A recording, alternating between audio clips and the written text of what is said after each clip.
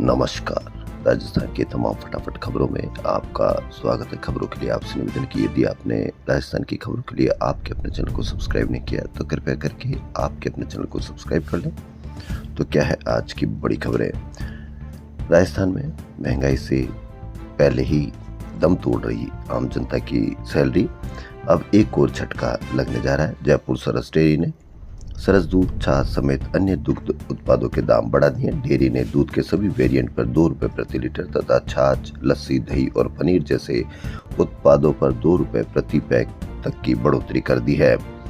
नई दरें गुरुवार शाम की सप्लाई से लागू होगी। डेयरी ने दुग्ध उत्पादकों को भी 25 रुपए प्रति किलो फैट की बढ़ोतरी की है। कितनी चर्चा, कितने पीड़ितों के बयान कहीं पर भी नहीं होंगे, क्योंकि अब आपकी महंगाई या आपकी सैलरी की मीडिया पर दूर दूर तक कोई चर्चा नहीं है। नीट पेपर लीक के विरोध में एनएसयूआई ने बुधवार शाम 7 बजे शांति मार्च निकाला। गुर्जर की थड़ी से त्रिवेणी नगर चौराहे तक निकलने वाले मार्च में जबरदस्त सरकार के खिलाफ नारेबाजी की गई। एनएसयूआई के राष्ट्रीय अध्यक्ष विनोद जाखड़ ने कहा कि यह उन लाखों छात्रों की आवाज है जिनका भविष्य पेपर लीक और सिस्टम की लापरवाही से प्रभावित हुआ है। जबरदस्त एनएसयूआई के राष्ट्रीय अध्यक्ष विनोद जाखड़ की नेतृत्व में यह रैली निकाली गई है। राजस्थान के 600 सरकारी कॉलेजों में एडमिशन प्रक्रिया 1 मई से शुरू हो चुकी है और 22 मई तक ऑनलाइन आवेदन मांगे गए हैं। दूसरी ओर राजस्थान यूनिवर्सिटी के महाराजा महारानी कॉमर्स और राजस्थान कॉलेज में 1 जून से एडमिशन प्रक्रिया शुरू होगी। चारों कॉलेजों में यूजी सर्टिफिकेट और डिप्लोमा को मिलाकर करीब 7,000 सीटें हैं। राजस्थान में लगातार चल रही हीट वेव का असर अब रात में भी दिखने लगा। कई शहरों में दिन का पारा सामान्य से 2 से 4 डिग्री अधिक पहुंच गया। सुबह 9:30 बजे जयपुर का तापमान 39 डिग्री से अधिक रहा, जबकि रात का पारा 31 डिग्री के आसपास बना हुआ है। इधर श्री गंगानगर में बीते एक सप्ताह से दिन में भीषण लू चल रही है। यूपीएससी ने 2027 का परीक्षा कैलेंडर जारी कर दिया। सिविल सेवा प्रारंभिक परीक्षा 23 मई को होगी।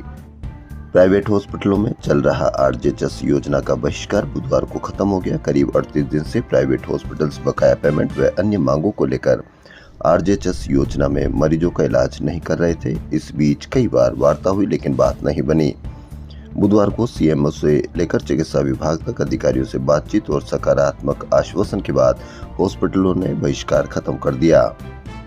पिछले कई दिनों से सरकारी कर्मचारी, पेंशनर्स और परिजन योजना में इलाज नहीं होने के चलते परेशानी झेल रहे थे, लेकिन कहीं से भी कोई आवाज नहीं आई थी, क्योंकि आवाज करना या आवाज निकालना अब एक तरह से मीडिया पर तो बिल्कुल ही बंद हो गया है।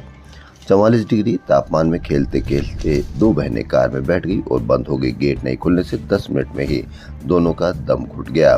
परिजनों ने तलाश की तो दोनों बेहोश मिली। उन्हें जिला अस्पताल ले जाया गया, जहां डॉक्टरों ने मृत घोषित कर दिया।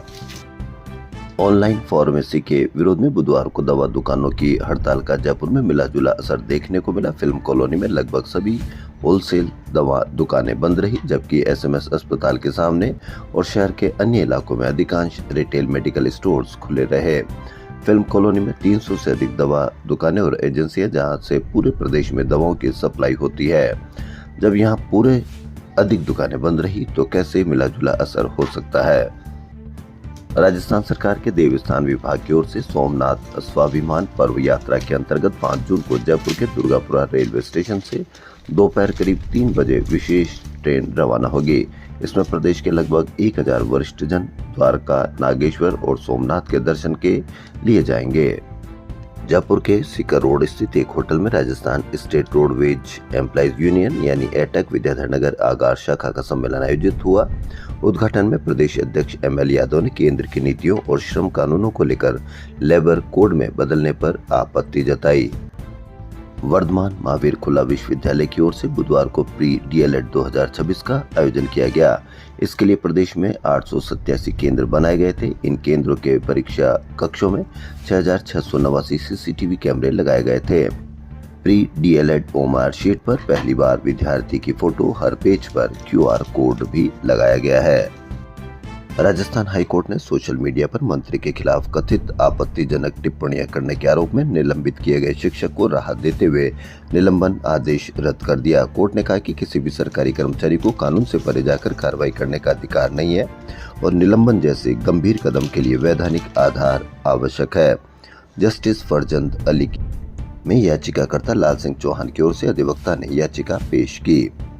हाईकोर्ट जस्टिस मुकेश राजपुरोहित की एकल पीठ में पेट्रोल और डीजल की बिक्री पर ऑयल मार्केटिंग कंपनियों द्वारा लगाए गए कथित प्रतिबंधों को चुनौती देने वाली याचिका पर सुनवाई हुई।